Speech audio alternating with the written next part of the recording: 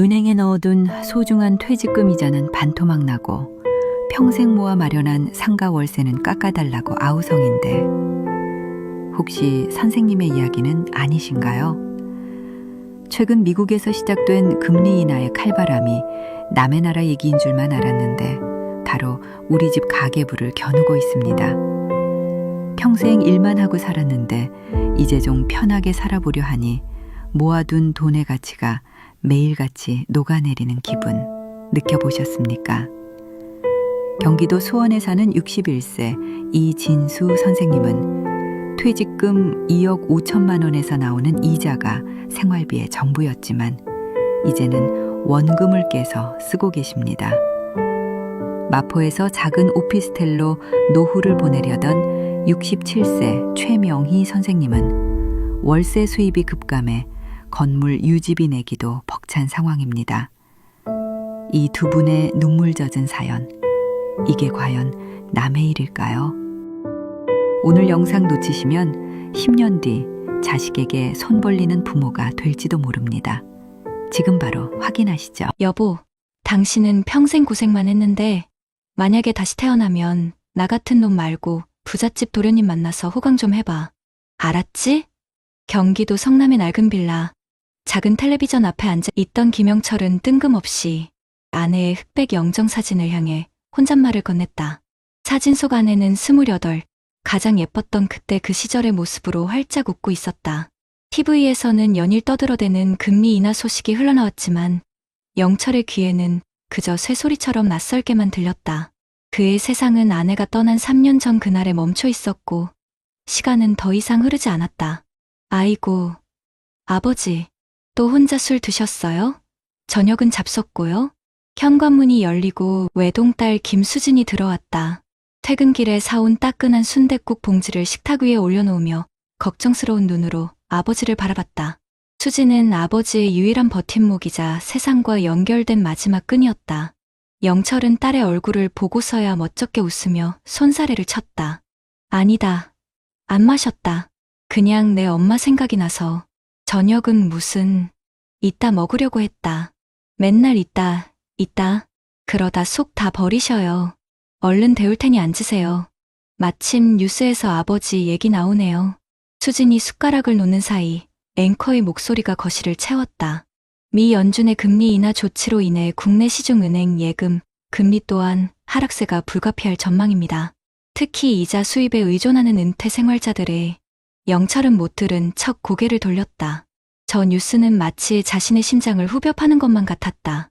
30년간 쉼 없이 일했던 정유회사, 기름 냄새 밴 작업복을 입고 청춘을 바친 대가로 손에 쥔 퇴직금 3억 원.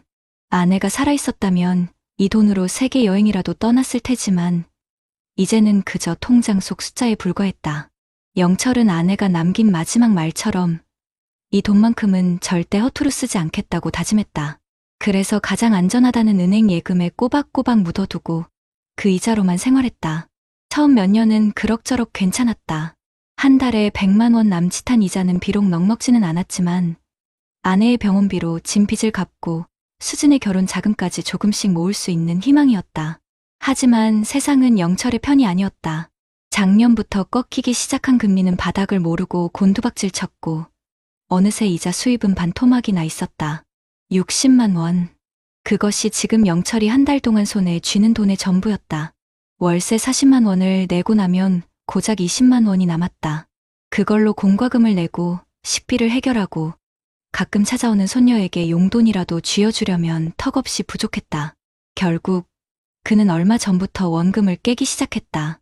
야금야금 마치 존벌레가 옷을 갉아먹듯 퇴직금이 줄어드는 것을 보면서도 어쩔 도리가 없었다. 아버지, 저번에 말씀드린 거요. 그 주식형 펀드라도 한번 알아보시면. 됐다. 그놈의 펀드, 주식 소리 좀 그만해라. 내 아빠는 그런 거 모른다. 평생 땀 흘려번 돈을 어떻게 그런 투전판에 던지냐. 내 엄마가 하늘에서 보고 있다. 영철은 버럭 소리를 질렀다. 사실은 두려웠다. 모르는 세계에 발을 들였다가 평생의 결실을 한순간에 잃을까봐. 아내와의 약속을 지키지 못할까봐. 그는 그저 이 지긋지긋한 현실에서 눈을 감고 싶을 뿐이었다. 수지는 더 이상 말을 잇지 못했다. 아버지의 고집과 두려움을 누구보다 잘 알기 때문이었다. 그녀는 묵묵히 순댓국을 아버지의 밥그릇에 퍼담았다. 뚝배기에서 피어오르는 김이 두 사람 사이의 어색한 침묵을 잠시나마 덮어주었다. 그날 밤, 영철은 잠을 이루지 못했다. 천장에 어른거리는 아내의 얼굴 위로 통장 잔고가 시시각각 줄어드는 환영이 겹쳐 보였다. 그는 어둠 속에서 조용히 흐느꼈다. 며칠 뒤 영철은 수진의 성화에 못 이겨 은행을 찾았다. 혹시나 하는 마음에 정말 손톱만큼의 희망이라도 붙잡고 싶었다. 번호표를 뽑고 기다리는 시간은 연겁처럼 길게 느껴졌다. 주변에는 자신과 비슷한 연배의 사람들이 잔뜩 앉아 있었다. 그들의 얼굴에도 영철과 같은 불안과 초조함이 역력했다. 고객님, 현재로서는 정기예금 금리가 더 오를 가능성은 희박합니다. 오히려 추가 인하 가능성도 배제할 수 없는 상황이라. 젊은 은행 직원의 목소리는 기계처럼 차갑고 단호했다. 영철은 마지막 희망의 끈이 툭 하고 끊어지는 소리를 들었다. 그는 힘없이 의자에서 일어나 은행을 나섰다. 밖은 어느새 해가 저물고 있었다. 회색빛 도시의 저녁은 그의 마음처럼 스산했다. 터덜터덜 집으로 향하는 그의 발걸음은 천근만근 무거웠다. 그때였다. 영철의 눈에 길 건너편의 항공인중개사 사무소가 들어왔다. 수익형 오피스텔, 연 8% 확정 수익 보장이라는 현수막이 바람에 펄럭이고 있었다. 마치 사막의 신기루처럼 혹은 어둠 속 한 줄기 빛처럼 느껴졌다. 영철은 자신도 모르게 홀린 듯 횡단보도를 건넜다. 어서 오세요, 사장님. 뭐 좋은 물건이라도 찾으시는 거 있으세요? 기름진 머리를 한 중개인이 그를 반갑게 맞았다. 영철은 잠시 머뭇거리다 입을 열었다. 저 현수막 보고 왔는데요. 정말 8% 수익이 나옵니까? 에이, 사장님. 당연하죠. 요즘 같은 저금리 시대에 은행에 돈 묻어두는 것만큼 바보 같은 짓이 어딨습니까? 이 오피스텔 하나면요. 따박따박 월세 받으면서 평생 연금처럼 사실 수 있다니까요. 중개인은 현란한 말솜씨로 영철을 구워 삼기 시작했다. 그는 이 오피스텔이 얼마나 좋은 위치에 있는지, 공실 걱정은 전혀 할 필요가 없는지, 심지어 시세 차이까지 노릴 수 있다고 열변을 토했다. 영철의 귀에는 안전, 고수익, 노후 보장이라는 단어만 맴돌았다. 은행 직원의 차가운 목소리와는 너무나도 다른 달콤한 속삭임이었다. 그날 밤, 영철은 계약서에 도장을 찍었다. 퇴직금 3억 원 중 2억 5천만 원을 오피스텔 분양금으로 치렀다. 남은 5천만 원으로 밀린 빚을 갚고 나니 통장에는 거의 남은 돈이 없었다. 불안했지만 한편으로는 가슴 벅찼다. 이제 매달 150만 원이 넘는 월세가 들어올 것이다. 더 이상 원금을 깨지 않아도 되고 수진에게 짐이 되지 않아도 된다. 그는 아내의 영정사진을 보며 환하게 웃었다. 여보, 봤지? 나도 이제 건물주야. 당신한테 부끄럽지 않은 남편 될게. 하늘에서 지켜봐줘. 하지만 영철의 장밋빛 꿈은 오래가지 않았다. 첫몇 달은 약속대로 월세가 꼬박꼬박 들어왔다. 그는 오랜만에 딸과 손녀를 불러 외식도 하고 두둑한 용돈도 쥐어주었다. 하지만 기쁨은 잠시였다. 입주 3개월 차부터 세입자는 월세를 밀리기 시작했다. 처음에는 사정이 어렵다며 사정을 하더니 나중에는 아예 연락조차 받지 않았다. 관리비는 계속 쌓여갔고 영철은 오히려 자기 돈을 들여 밀린 관리비를 내야 하는 처지가 되었다. 엎친 데 덮친 격으로 정부의 부동산 규제 정책이 발표되면서 오피스텔 가격마저 폭락하기 시작했다. 연 8% 확정 수익을 외치던 분양사무소는 이미 문을 닫은 지 오래였고 그를 부추겼던 중개인은 전화를 받지 않았다. 영철은 그제야 자신이 사기를 당했다는 것을 깨달았다. 세상이 무너져 내리는 것 같았다. 그는 매일같이 텅 빈 오피스텔을 찾아갔다. 굳게 닫힌 철문 앞에서 하염없이 세입자를 기다렸지만 돌아오는 것은 싸늘한 복도의 정적뿐이었다. 아내에게 바친 맹세, 딸에게 약속했던 든든한 미래, 그 모든 것이 한낱 신기루처럼 사라져버렸다. 절망감에 휩싸인 그는 수진에게 차마 이 사실을 털어놓을 수 없었다. 매일 밤, 그는 술로 지새우며 괴로워했다. 아버지, 도대체 무슨 일 있으세요? 왜 이렇게 술만 드세요? 제발 말씀 좀 해보세요. 결국 영철의 상태를 이상하게 여긴 수진이 그를 다그쳤다. 영철은 더 이상 버틸 힘이 없었다. 그는 무너져 내리듯 딸 앞에서 모든 사실을 고백하며 오열했다. 수진아, 아빠가 미안하다. 내 엄마 볼 면목이 없다. 이 못난 아비는 이제 어떡하면 좋으냐. 수진은 아무 말 없이 아버지를 끌어안았다. 그녀의 눈에서도 뜨거운 눈물이 흘러내렸다. 아버지의 어깨는 금방이라도 부서질 듯 가늘게 떨리고 있었다. 평생 가족을 위해 헌신했던 아버지의 등이 오늘따라 유난히 작아 보였다. 며칠 후 수진은 아버지의 손을 잡고 법률구조공단을 찾았다. 변호사는 안타까운 표정으로 서류를 검토하더니 고개를 저었다. 계약서상으로는 법적으로 문제 삼을 부분이 거의 없다는 것이었다. 소송을 해도 이길 확률이 희박하고 시간과 비용만 낭비할 가능성이 크다고 했다. 마지막 희망마저 사라진 순간이었다. 집으로 돌아오는 버스 안, 창밖에 풍경이 빠르게 스쳐 지나갔다. 영철은 멍하니 창밖을 바라보며 생각에 잠겼다. 무엇이 잘못된 걸까? 평생 성실하게 살아온 죄밖에 없는데 왜 자신에게 이런 시련이 닥치는 걸까? 아내에게 그리고 딸에게 너무나도 미안했다. 그는 조용히 입을 열었다. 수진아, 그냥 다 포기하자. 아빠가 욕심부린 벌 받는 거다. 아니에요, 아버지. 포기하면 안 돼요. 어떻게든 방법이 있을 거예요. 제가 어떻게든. 수진의 목소리가 떨려왔다. 그때 버스가 정류장에 멈춰섰다. 한 노부부가 서로를 의지하며 힘겹게 버스에 오르고 있었다. 할머니는 할아버지의 구부정한 허리를 연신 쓸어주었고 할아버지는 그런 할머니의 손을 꼭 잡고 있었다. 그 모습을 본 영철의 눈시울이 뜨거워졌다. 만약 아내가 살아있었다면 우리도 저렇게 늙어갈 수 있었을까? 영철은 문득 깨달았다. 자신이 잃어버린 것은 돈만이 아니었다. 그는 희망을, 그리고 살아갈 용기를 잃어버렸던 것이다. 그는 옆자리에 앉은 딸의 손을 가만히 잡았다. 투박하고 거친 아버지의 손과는 달리 딸의 손은 따뜻하고 부드러웠다. 수진아. 네. 아버지, 아빠가 다시 일어서 볼게. 너랑 내 남편한테, 그리고 우리 예쁜 소녀한테 부끄럽지 않은 아빠, 할아버지가 될게. 그 돈, 아빠 인생의 전부가 아니더라. 진짜 중요한 건 지금 내 옆에 있는 너였는데 아빠가 그걸 몰랐다. 수지는 말없이 고개를 끄덕였다. 아버지의 손에서 따뜻한 온기가 전해져 왔다. 버스는 다시 달리기 시작했다. 창밖으로는 어느새 노을이 지고 있었다.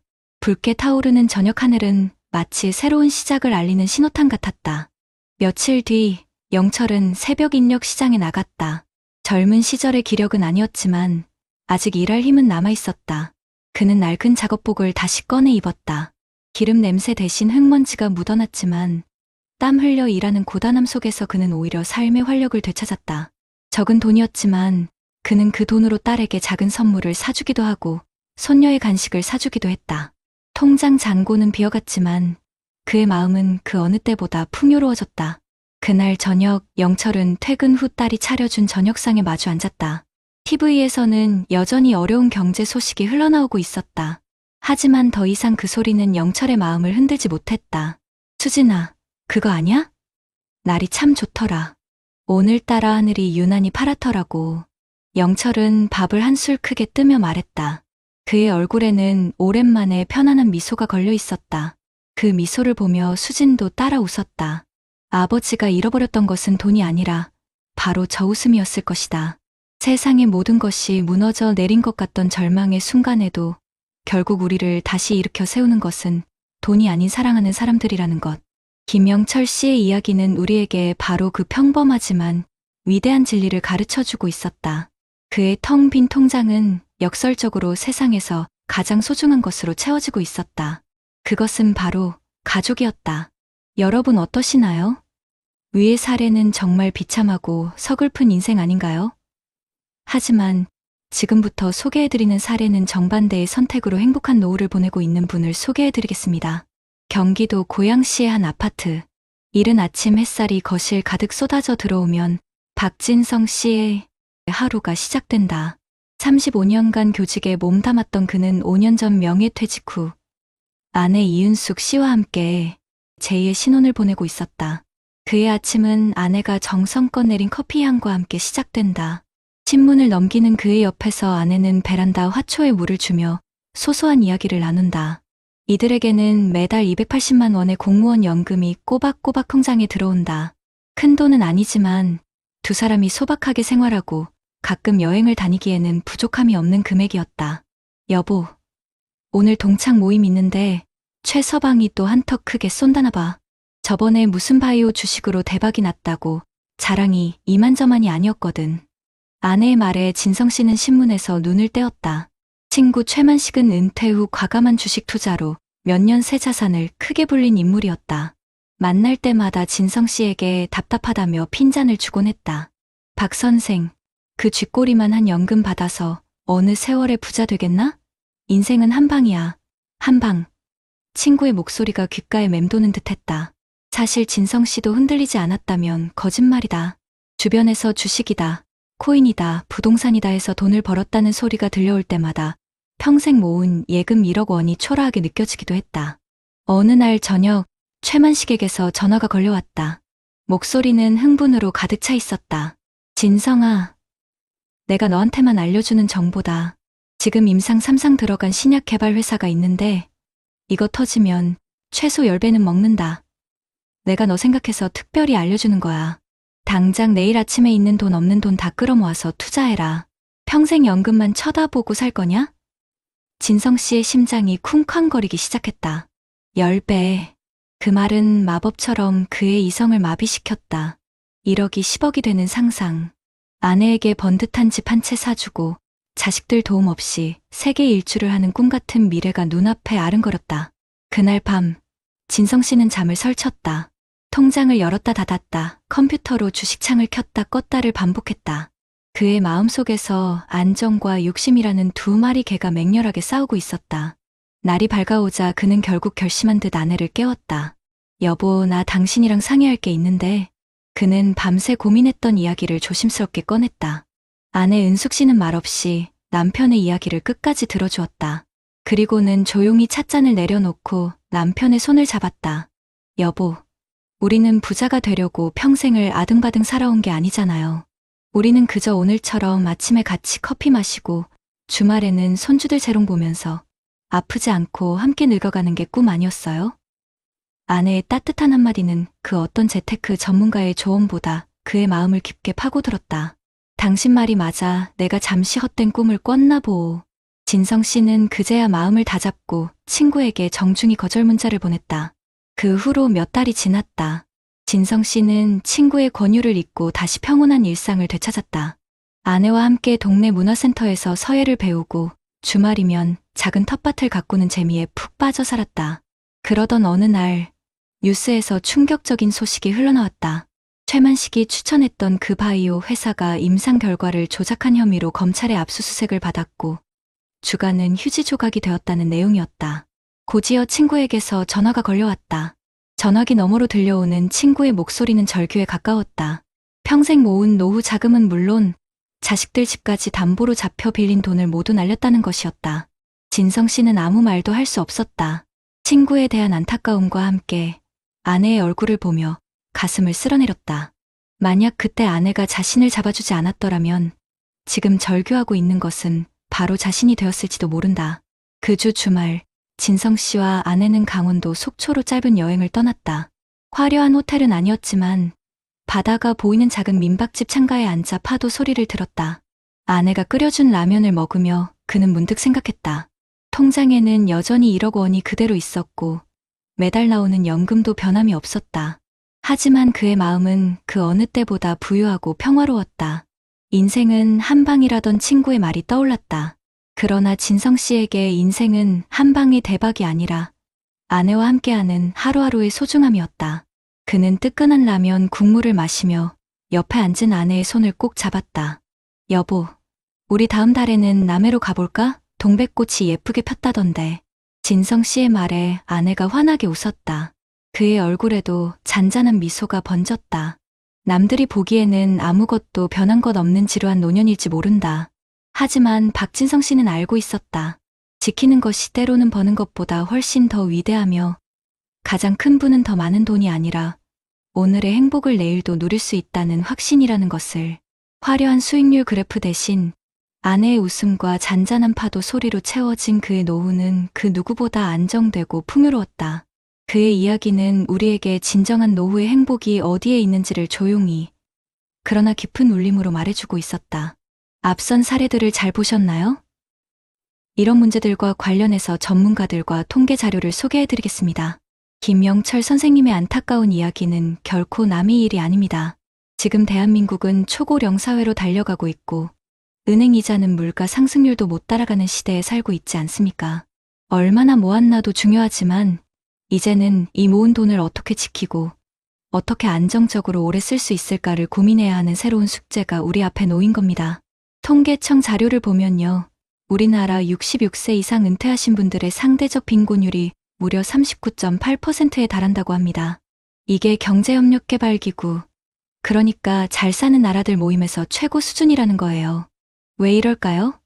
대부분의 자산이 아파트 한 채, 부동산에 묶여 있다 보니 당장 쓸 수 있는 현금이 부족한 분들이 많습니다. 그러니 김영철 선생님처럼 매달 꼬박꼬박 생활비를 만들어줄 수 있다는 말에 귀가 솔깃해지는 거죠. 전문가들은 하나같이 경고합니다.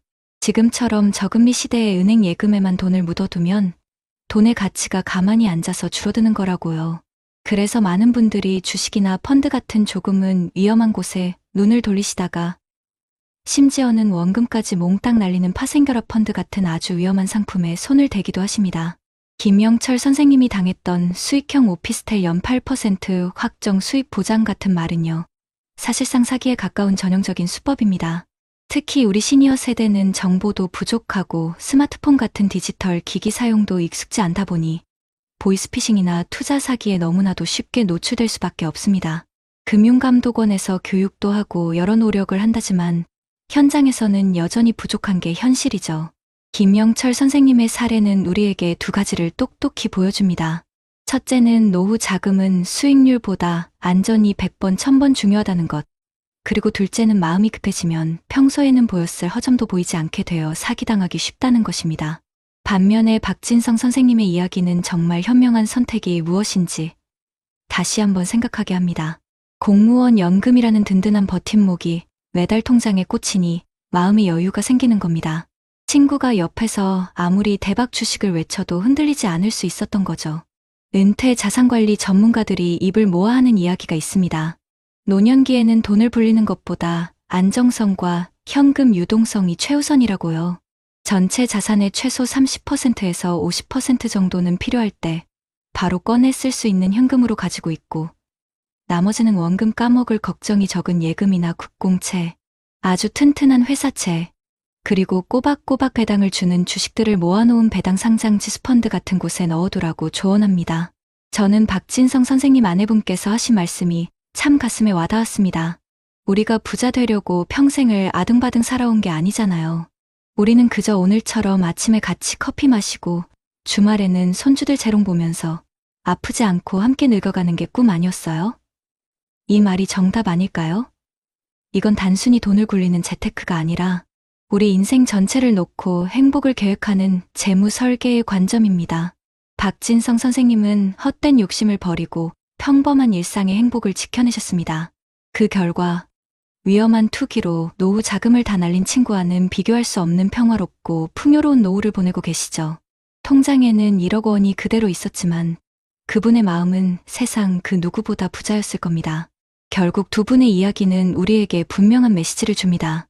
높은 노인 빈곤율과 저금리라는 어두운 현실 속에서 달콤한 유혹은 언제든 우리를 찾아올 수 있습니다. 하지만 한 방을 노리기보다는 국민연금, 퇴직연금, 개인연금이라는 3층 연금 기둥을 단단히 세우고 안정적으로 현금 흐름을 만들며 혹시 모를 상황에 대비하는 보수적인 자산관리가 무엇보다 중요합니다. 의심스러운 투자 제안을 받으면 반드시 전문가나 자녀들과 상의하는 지혜도 필요하고요. 하지만 가장 중요한 것은 돈의 액수를 넘어서 안정된 일상과 사랑하는 가족이 주는 마음의 풍요로움이야말로 진정한 노후의 가치이자 가장 강력한 노후 대비책이라는 사실을 잊지 않는 것입니다. 텅 빈 통장을 보며 역설적으로 세상에서 가장 소중한 가족이라는 보물을 깨달은 김영철 선생님처럼 말이죠. 저희 채널은 앞으로도 우리 선생님들이 돈의 노예가 아닌 삶의 주인으로서 행복한 노후를 맞이하실 수 있도록 현명한 정보와 따뜻한 위로를 계속해서 전해드리겠습니다. 그렇다면 앞선 사례들을 해결할 수 있는 방법은 무엇이 있을까요?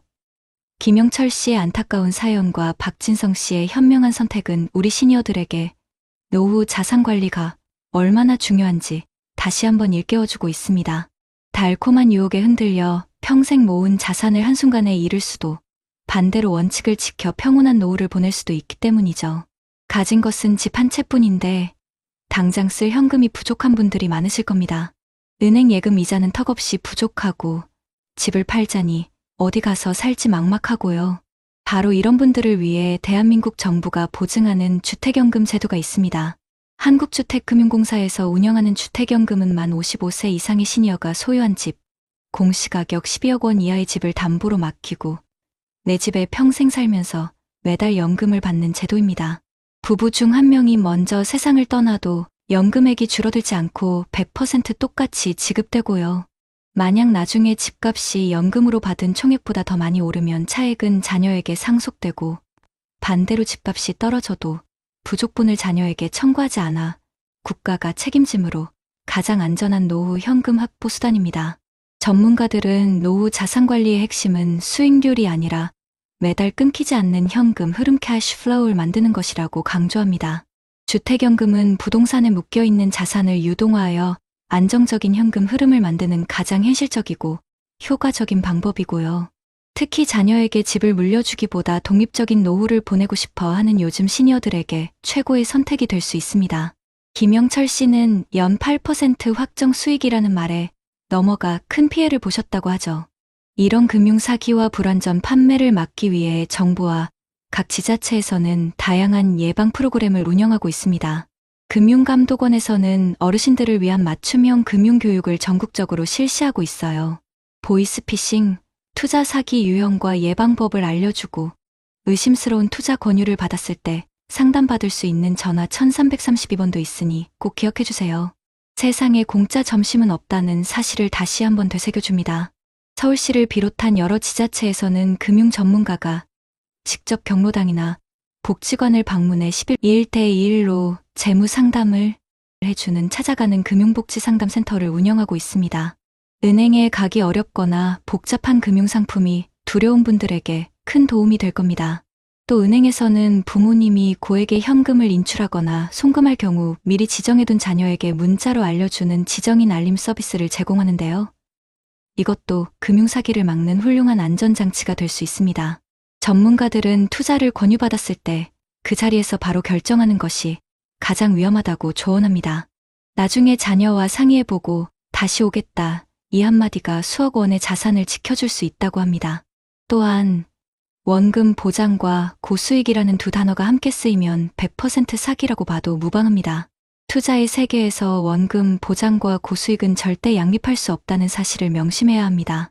박진성 씨의 사례는 노후의 진정한 행복이 돈의 액수가 아닌 안정적인 삶과 사랑하는 가족에 있다는 것을 보여줍니다.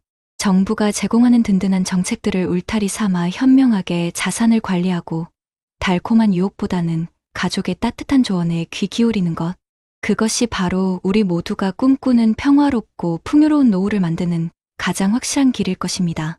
세월의 강물 위 삶이라는 배 띄워 거친 풍파 헤쳐왔으나 때론 더없는 물거품처럼 희미해지는 기억 속에서 우리 다시 묻는다. 나는 지금 어디쯤 와 있는가? 내 노을빛 인생은 어떤 빛깔로 물들고 있는가? 오늘 우리는 김영철님의 안타까운 이야기와 박진성님의 현명한 선택을 통해 노후라는 길 위에서 마주하는 두 달의 길을 보았습니다. 한 분은 달콤한 유혹의 속삭임에 넘어가 평생의 땀과 눈물로 쌓아 올린 소중한 자산을 한순간에 잃고 깊은 상심에 잠기셨습니다. 반면 또 다른 한 분은 조급함을 버리고 정부가 마련한 든든한 제도를 현명하게 활용하며 사랑하는 가족들과 함께 평온하고 안정된 노후를 보내고 계십니다. 이 두 분의 이야기는 우리 모두에게 깊은 울림을 줍니다. 과연 우리는 어떤 모습으로 황혼을 맞이하고 싶은가요? 돈에 많고 적음을 떠나 불안과 후회로 가득 찬 마음으로 하루하루를 보내고 싶지는 않을 것입니다. 진정으로 원하는 것은 오늘 하루가 감사하고 내일이 기대되는 사랑하는 이들과 함께 웃음꽃 피우는 평화로운 노후가 아닐까요? 박진성 님처럼 흔들림 없는 노년을 보내기 위해 우리는 작은 노력부터 시작할 수 있습니다. 가장 먼저 가진 것은 집 한 채뿐이지만 현금이 부족해 어려움을 겪는 분들을 위한 든든한 울타리, 주택연금을 기억해 주십시오. 내 집에서 평생 살면서 매달 연금을 받는 이 제도는 부동산에 묶인 자산을 유동화하여 안정적인 현금 흐름을 만드는 가장 현실적인 방안입니다. 부부 중 한 분이 먼저 세상을 떠나도 연금액이 줄어들지 않고 집값이 떨어져도 부족분을 자녀에게 청구하지 않는다는 국가의 책임감 있는 보장은 우리 시니어들이 짊어진 불안의 짐을 덜어주는 따뜻한 위로가 되어줄 것입니다. 자녀에게 집을 물려주는 것보다 내 삶의 주체로서 독립적이고 품위 있는 노후를 보내고자 하는 요즘 시니어들에게 주택연금은 더 이상 선택이 아닌 현명한 지혜의 상징입니다. 김영철 님이 겪으셨던 금융사기의 아픔을 되풀이하지 않기 위해 우리는 또 다른 노력이 필요합니다. 연 8% 확정 수익, 원금 보장 고수익이라는 달콤하지만 위험한 유혹 앞에서 우리는 잠시 멈춰서서 생각하는 용기를 가져야 합니다. 세상에 공짜 점심은 없다는 평범한 진리를 다시 한번 가슴 깊이 새겨야 합니다. 금융감독원의 어르신 맞춤형 금융교육은 이러한 위험으로부터 우리를 지켜주는 든든한 방패가 되어줄 것입니다. 보이스피싱, 투자 사기 유형과 예방법을 배우고 의심스러운 제안을 받았을 때 주저없이 전화 1332번으로 도움을 요청하는 습관을 들인다면 평생 모은 소중한 자산을 안전하게 지킬 수 있습니다. 또한 서울시를 비롯한 여러 지자체에서 운영하는 찾아가는 금융복지상담센터는 은행 문턱이 높게 느껴지거나 복잡한 금융상품이 두려운 어르신들을 위한 맞춤형 서비스입니다. 전문가들이 직접 경로당이나 복지관을 찾아 1대1 재무상담을 해주니 혼자 고민하지 마시고 주저없이 문을 두드리십시오. 은행의 지정인 알림 서비스는 부모님이 고액을 인출하거나 송금할 경우 자녀에게 문자로 알려주어 금융사기를 막는 또 하나의 훌륭한 안전장치가 되어줄 것입니다. 투자를 권유받았을 때 그 자리에서 바로 결정하기보다 나중에 자녀와 상의해보고 다시 오겠다는 한마디는 수억 원의 자산을 지켜주는 마법의 주문이 될 수 있다는 전문가들의 조언을 잊지 마십시오. 사랑하는 시청자 여러분, 노후의 진정한 행복은 통장에 찍힌 숫자의 크기만으로 결정되지 않습니다. 안정적인 삶을 위한 현명한 준비, 그리고 사랑하는 가족들과 함께 나누는 따뜻한 마음이야말로 우리 인생의 가장 값진 보물입니다. 정부가 마련한 든든한 정책들을 울타리 삼아 현명하게 자산을 관리하고 달콤한 유혹보다는 가족의 따뜻한 조언에 귀 기울이며 함께 인생의 황혼을 아름답게 물들여가는 것. 그것이 바로 우리가 꿈꾸는 평화롭고 풍요로운 노후를 만드는 가장 확실하고 감동적인 길입니다. 지금 이 순간 당신의 삶이 어떤 빛깔이든 괜찮습니다. 오늘부터 시작되는 작은 변화와 현명한 선택들이 모여 당신의 남은 인생을 더 아름답고 찬란하게 빛낼 것이라고 저는 믿습니다. 부디 이 이야기가 여러분의 노후의 작은 희망과 따뜻한 위로가 되기를 간절히 바랍니다. 감사합니다.